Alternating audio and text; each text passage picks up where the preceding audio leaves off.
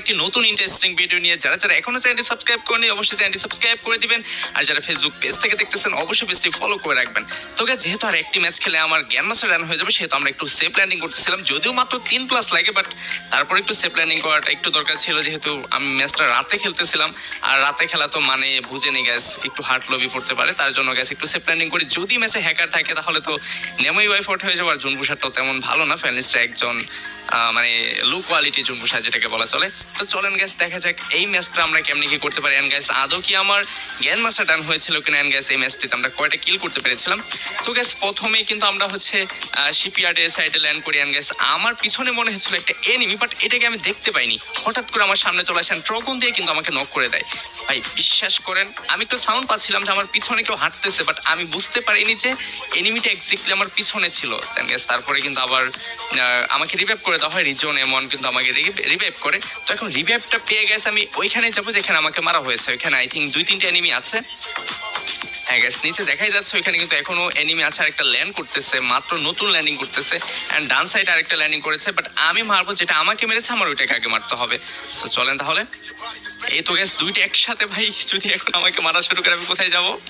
যাই হোক, এটাকে অনেকটাই ড্যামেজ করা হয়েছে, এইটা কিল চুরি ভাই, ও মাই গড। যাই হোক, এটাকে কিন্তু আমি নক করতে পেরেছি, লং থেকে আরেকটা প্লেয়ার কিন্তু আমাকে মারতেছিল, আর এই দিক থেকে আপনাদের ভাবি কিন্তু আমাকে রিভাইভ করে দেন, অনেকটাই ব্যাকআপ দিচ্ছিল, ভালো ব্যাকআপ দিয়েছে, এন্ড আমার এইচপিও ফুল করে দেয়। এখন গ্যাস এখান থেকে আমি আগে AK-47টা নিব, এন্ড সামনে থাকা এনিমিটাকে মারা ট্রাই করবো। চলেন গ্যাস দেখা যাক। তো এটা কোথায়? ও আচ্ছা, এটা এইখানে দাঁড়িয়ে আছে। অনেকটাই কিন্তু ড্যামেজ কাউন্ট করা হয়েছে, বাট সে কিন্তু গাছের কভারে চলে যায়, এন্ড আমার কাছে মাত্র ওয়াল ছিল একটা, বাট একটা ওয়াল তো আর কি ব্যবহার করবো, এটা বের হলো একটা হেডশট। ও মাই গড, 247 একটা হেডশট ছিল। ওকে ফাইন, এটাকে ক্লিয়ার করি, ক্লিয়ার করে তারপরে দেখা যাক এখান থেকে কি লুট পাওয়া যায়। আরে ভাই, ক্লিয়ার হয়নি, দূর, ক্লিয়ারই হয় না। আমি তো ভেবেছি এটা মেবি ক্লিয়ার হয়ে গিয়েছে। তো দেন গ্যাস চলে আসে আমরা সরাসরি আর্সেনালে এসে এখান থেকে আগে আর্সেনাল ম্যাক্স করে এখান থেকে স্নাইপার কালেক্ট করতে হবে। তো আমি প্রথমেই হচ্ছে আগে বেস্ট খুঁজতেছিলাম, বাট ওই দিক থেকে দেখি যে রিজন M1 বেস্টটা নিয়ে গিয়েছে। আমি বুঝতেই পারিনি যে বেস্টটা এই পাশে ছিল। তো এখান থেকে আমি প্রথমে পেয়ে যাই হচ্ছে AWM। আরেকটা স্নাইপার কিন্তু গ্যাস প্রথম অবস্থায় আমার কাছে ছিল। তো এখন গাড়িটা নিয়ে আমি সেখানেই যাবো যেখানে আমাকে প্রথমবার মারা হয়েছিল। তো গাড়িটা নিয়ে এখানে চলে আসি, গ্যাস এখান থেকে স্নাইপারটা কালেক্ট করে নেই। যদিও M24 বেশি ড্যামেজ দেয় না, বাট ডাবল স্নাইপারের ক্ষেত্রে শুধু ছুঁই চলেই হয়, তাই না? ওকে ফাইন গ্যাস, এখন আমি সামনে থেকে একটা কিছু এমন নিব। আপনারা দেখতে পাচ্ছেন সামনে কিন্তু ওই সুপার যে একটা আছে, বক্স আছে, যেখান থেকে অনেক এমো অ্যান্ড হচ্ছে মানে স্নাইপার এমো পাওয়া যায়, এয়ার এমো পাওয়া যায়, SMG পাওয়া যায়, তারপর হচ্ছে মেডিকেট পাওয়া যায়, সুপার মেডিকেট পাওয়া যায়। তো এইগুলা নিয়ে গেছে এখন সরাসরি চলে যাবো আমরা জুনের ভিতরে। আর এদিক থেকে দেখতে পাচ্ছি রিয়াও কিন্তু চলে আসছে আমার পিছনে। এখানে দুজনে একসাথে গাড়িতে উঠে জুনের বাইরে চলে যাবো। দেন গ্যাস ফাইট করা শুরু করব, কারণ আমার প্রতি ম্যাচে কমপক্ষে 4-5টা মানে 7টা 8টা 10টা এরকম কিল করতেই হবে। তো চলেন গ্যাস, সামনে কিন্তু একটা এনিমি। তো এই এনিমিটাকে আগে আমি বাহির আসতে দিলাম, এন্ড গ্যাস 182 একটা শট ছিল, এন্ড ডাউন হয়ে যায়, এন্ড ক্লিয়ার। অলরেডি কিন্তু গ্যাস আমি 3 কিল করে ফেলেছি, দেখতেই পাচ্ছেন। এখন গ্যাস আমরা সরাসরি চলে যাব হচ্ছে হ্যাঙ্গার সাইডে, এই সাইড ধরে হ্যাঙ্গারে যাব। বাট আমাদের আগে দেখতে হবে যে আশেপাশে আরো কোনো এনিমি আছে কিনা। তো রাইট নাও দেখতে পাচ্ছি আশেপাশে কোনো এনিমি নেই। সো আমরা আস্তে আস্তে ধীরে সুস্থি ভাবেই যাবো, অ্যান্ড আমি রয়েছি একা।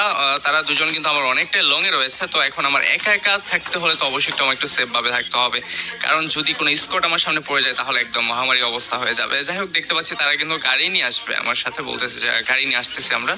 তো আসুক, সমস্যা নেই। আমার সামনে দেখি কোনো এনিমি আছে কিনা। এখান থেকে আগে ইনহেলারটা নিয়ে নিই, আমার কাছে ইনহেলার কারণ প্রচুর প্রয়োজন হয়। যারা স্নাইপিং করে তাদের ইনহেলারটাই সম্বল। যখন একটা এনিমি তাকে ফায়ার করে তখন ইনহেলারটা নেই কিন্তু কোটা মেডিকেট করার সুযোগটা পাওয়া যায় না। সো গাইস, চলেন দেখা যাক এই পাশে কোনো এনিমি আছে কিনা। এই পাশ থেকে আপাতত কোনো এনিমি দেখতে পাচ্ছি না, বাট এয়ারড্রপের ওইখানে দেখতে পাচ্ছি একটা ওয়াল ফেলা, তার মানে গেছে ওইখানে এনিমি আছে। সো চলেন দেখা যাক ওইখানে কয়টা এনিমি ছিল কিংবা কেমনি কি আগে দেখে আসা যাক। আর এদিক থেকে কিন্তু গাড়ি নিয়ে আমার টিমমেটটা কিন্তু অলরেডি চলেও আসছে। আগে আমি এয়ারড্রপটা লুট করি। আরে ভাই, তার আগেই তো দেখা যায় পিছন থেকে কেউ একজন ফায়ার করতেছে। আরে হ্যাঁ, এক শট দেওয়া হয়েছে। আরে ভাই, এই পাশ থেকে কে মারতেছে ভাই, একদম কভার থেকে।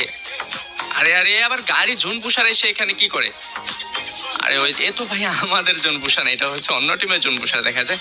ওই কাছে গাড়িটা ফাটানোর চেষ্টা, গাড়িতে একটা গুলিও লাগেনি ভাই, গাড়িটা ফাটাবো আর কি। যাই হোক, এটাকে ড্যামেজ। আরে শর্টে চলে আসছে ভাই, সিরিয়াসলি এটা কোনো কথা? যাক আমি এখানে ক্লিয়ার হয়ে গেলাম। আমার টিমমেট কিন্তু সব শেষ, গেমিং রে M1 অ্যান্ড আমি তিনজনে কিন্তু এখানে মরে যাই। তারপরে বেঁচে ছিল আমাদের জুন পুষার। এখন দেখা যাক আমাদের জুন পুষার রিভাইভ করতে পারি না। সে কিন্তু খুবই নার্ভাস ফিল করতেছিল যে ভাই আদৌ রিভাইভ দিতে পারবো কিনা, নাকি কি হয়ে যায়।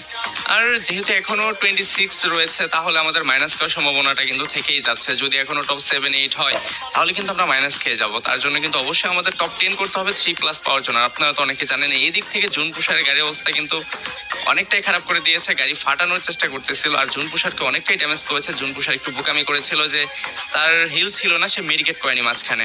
তো এখন দেখি জুন পুষার রিভাইভ করতে পারে কিনা। আর জুন পুষারের সাথেও কিন্তু এনিমি, এখানে এনিমি সাউন্ড পাওয়া যাচ্ছে, তার মানে ওর সাথেও এনিমি। আই ডোন্ট নো সে বেঁচে থাকবে কিনা আর জুন থেকে বের হতে পারবে কিনা। তো দেখতে পাচ্ছি জুন পুষার কিন্তু গাড়ি নিয়েছে। আর আমি একটু সে প্ল্যানিং করার চেষ্টা করব। আমি নামবো হচ্ছে হ্যাঙ্গার অ্যান্ড হচ্ছে ক্লক টাওয়ারের মাঝামাঝি এই সাইডে। এখান থেকে যদি স্নাইপারটা কোনোভাবে নিয়ে যেতে পারতাম তাহলে তো ভালো। তো দেখা যায় গ্যাস আমি আমার সেই আগে লুট বক্সে নামবো অ্যান্ড এইখান থেকে স্নাইপারটা যদি থাকে তাহলে নিতে পারবো। আমার তো মনে হয় যে নেই, কারণ এখানে তো এনিমি আসছিল, ওরা মেবি নিয়ে গিয়েছে।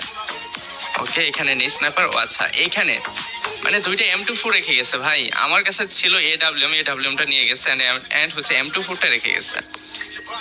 যাই হোক প্যারা নাই, এখন আমি আস্তে আস্তে জুনে ঢুকার ট্রাই করবো। আর এখান থেকে আমার অতিরিক্ত যে লুটগুলো ছিল এগুলো ফেলে দিলাম। আর গ্যাস আমি বলেছিলাম কিভাবে তোমরা আমার সাথে অ্যাড হতে পারবে। আমি 3 জনকে আমার ফ্যান লিস্টে নেবো। তোমরা অনেকেই জানো যে 90 লেভেল উপলক্ষে আমার ফ্যান লিস্টে 90 জন প্লেয়ার ক্যাট করা হয়েছিল। আর মাঝে মধ্যেই প্লেয়ার ক্যাট করা হবে, বাট পার্মানেন্টলি না। হতে পারে সেটা 3 দিন, 7 দিন, 15 দিন, 1 মাস এরকম থাকতে পারবে। But I am not sure যে তুমি পার্মানেন্টলি থাকতে পারবে কিনা। সো গ্যাস যেটা বলতেছিলাম, তোমরা আমার সাথে অ্যাড হতে পারবে। যারা বায়োতে টেক ক্লাব গেমিং হাসিব লিখে আমাকে ফ্যান রিকোয়েস্ট পাঠাবে তাদের ফ্যান রিকোয়েস্ট নেওয়া হবে। এখান থেকে 3 জনকে আমি আমার ফ্যান লিস্টে অ্যাড করবো। সো যারা আমার সাথে অ্যাড হতে চাও বায়োতে টেক ক্লাব গেমিং হাসিব লিখে আমাকে ফ্যান রিকোয়েস্ট পাঠাও। ওকে গ্যাস আমরা একটু গেম প্লের দিকে ফিরে আসি। এখানে দেখতে পাচ্ছেন আমার কাছে কিন্তু মাত্র M24 রয়েছে। M24 এর ড্যামেজ খাইছে একদমই ভালো না। সামনে এনিমি ছিল, তাকে অনেকটাই ড্যামেজ করেছিলাম বাট মারতে পারিনি, কারণ ভাই M24 খুবই একটা বাজে গান। আর ক্লক টাওয়ারের উপর রয়েছে এনিমি। আর এদিক থেকে দেখতে পাচ্ছেন জুন পুষার এন্ড M1 দুজনে কিন্তু মারা গিয়েছে। আর এদিক থেকে বেঁচে আছি আমি আর হচ্ছে গেমিং রিয়া, মানে দুজনে বেঁচে আছি মাত্র। তো গাইস আই ডোন্ট নো যে এখন কি হবে। সামনে যদি কোনো স্নাইপার প্লেয়ার থাকে, হ্যাঁ ভাই সামনে তো দেখা যায় এনিমি স্কোয়াড আছে মেবি। সেটা আমার একটু সেফলি ভাবে খেলতে হবে। প্যারা নাই, চিল, আস্তে আস্তে রিল্যাক্সে খেলবো। মানে ভাই আমার টপ 10 করাটা জরুরি। টপ 10 করলে 3+ হয়ে যাবে। আর যদিও ম্যাচটা ভালো হলো না, শুধু জুন পুষারের কারণেই ম্যাচটা বাজে হয়ে গেল।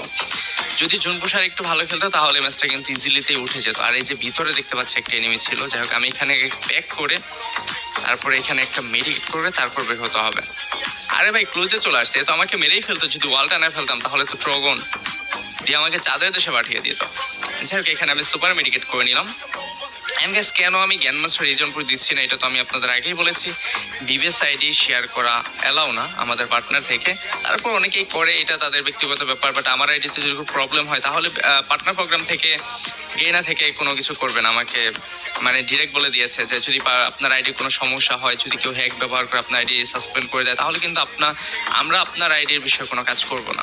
তার চেয়ে ভালো আপনি একা খেলেন, কোনো সমস্যা হলে সেটা আমরা বুঝবো, আমরা দেখবো। তার জন্য ভাই এত দামি আইডি, আমার আইডির দাম মিনিমাম ভাই 8 থেকে 10 লাখ টাকা হবে। তোকে সামনে যে একটা এনিমি, ও মাই গড, এটাকে নক করে দিয়েছেন। আরো একটা চলে আসছে। আরে ভাই ক্যারেক্টার, ও নো, কিভাবে মারলো ভাই আমাকে? মাত্র বিজন দিয়ে মারলো ভাই, বিজন ভাই। ওর ক্যারেক্টারটাই ভালো কাজে লেগেছে। হ্যাঁ আমি যে ড্যামেজ দিয়েছি এটা কিন্তু কিছুই না। ওকে গাইস ফাইনালি গ্যান মাস্টার কি ডান হবে নাকি কি master? Okay guys master show হচ্ছে। আমরা লবিতে গিয়ে দেখি যে আদৌ গ্যান মাস্টার শো হয়েছে কিনা। তো দেখি কয়টা কিল করেছি আমরা হচ্ছে এখানে দেখতে পাচ্ছি মাত্র 22+ দেওয়া হয়েছে। আমার প্রতি ম্যাচে ভাই 30, 35, 40, 41+ থাকে, শুধু এই ম্যাচটাতে একটু কম প্লাস পাওয়া